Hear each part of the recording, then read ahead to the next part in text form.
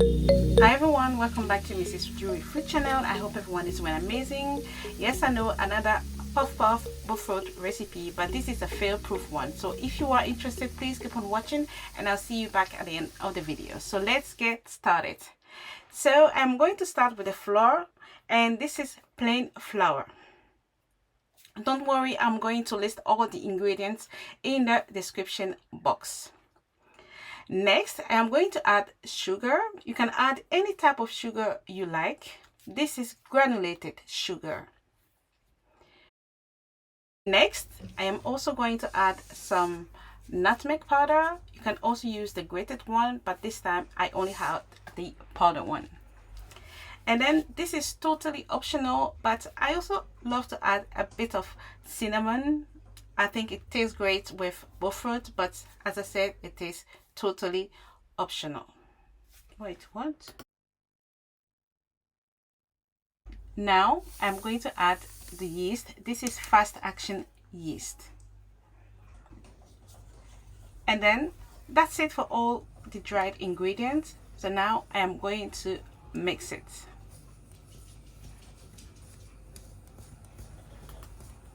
Next, I'm going to add milk. This is fresh milk, okay, and it was in the fridge and we need it warm. So then I'm going to pop it in the microwave until it gets warm. Then I'm going to pour it into the bowl. Next, I'm also going to add warm water, and I got it directly from the tap. And then I am going to add my vanilla essence or vanilla extract. Now I am going to mix everything together. Guys, if you think your Bofrot butter is too stiff or too hard, please do not hesitate to add a bit more warm water, but not too much. Just judge with your eyes, okay? But this is how it is supposed to look like. This is the end result. So make sure you get something that looks like this, okay guys? And if you think it's too soft, maybe you added too much of it, and then just rectify it with a little bit more flour. But this is how it's supposed to be. So now that we have mixed everything, we are going to cover it with some cling film, yeah, and then we are going to leave it aside somewhere warm until it doubles up in size. So my kitchen is always warm, so it's gonna go very quickly. But if you want, you can also preheat your oven, turn it off, and then leave it inside until it doubles up in size, okay? So guys, this is how it is now. So let's go back and wait. Hiya, I am back. This is after about 45 minutes to 15 minutes, and it has doubled up in size as I was expecting. If it doesn't, it means your yeast is dead. So I forgot to say that right before you add the yeast, check the date, make sure it is still good to use, or else you have done all this for no reason. So I'm also heating up my oil. I also try to use fresh oil. This is vegetable oil. And now I'm just going to punch the air down. You don't have to do it, some people don't, but this is how I like doing it, yeah.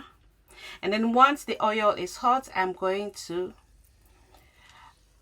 fry my Bofrot. So the technique really depends on you.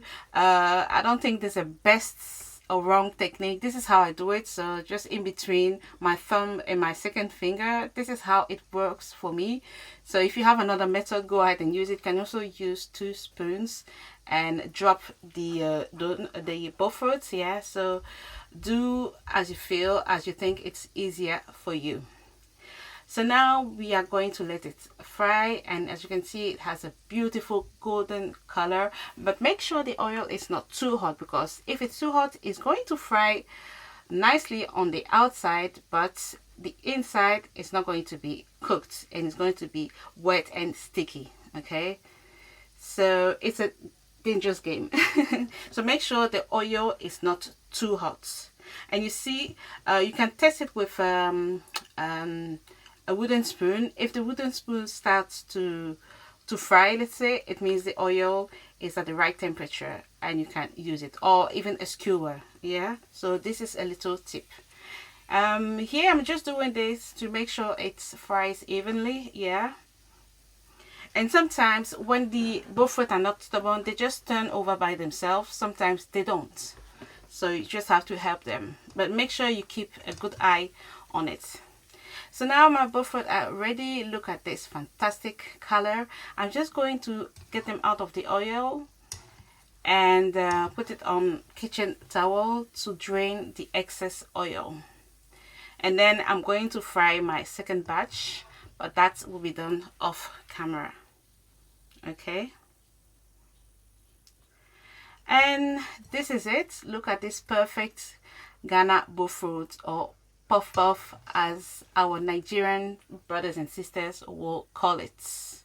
If you are not Ghanaian, drop me a comment and let me know how you call this in your country. I'm always very happy to learn about different countries and how they call their stuff. So this is it, guys. I'm just going to show you the inside as usual so that you can see how perfectly fried it is. Look at this. This is a perfect Ghana Bofrot. And also tell me what you like eating it with. I like eating it with Hausa cocoa, you know, that's the best thing to eat it with. So guys, this is the end of the recipe, and sometimes the boys like me to sprinkle a little bit of powdered sugar on top of it. Yeah, so this is it. Thank you all so much for watching, and leave me comments. Don't forget to turn your notification bell on, share my video, sorry, and I'll see you next time for another Mrs. Jury recipe. Thank you all and take care. Bye.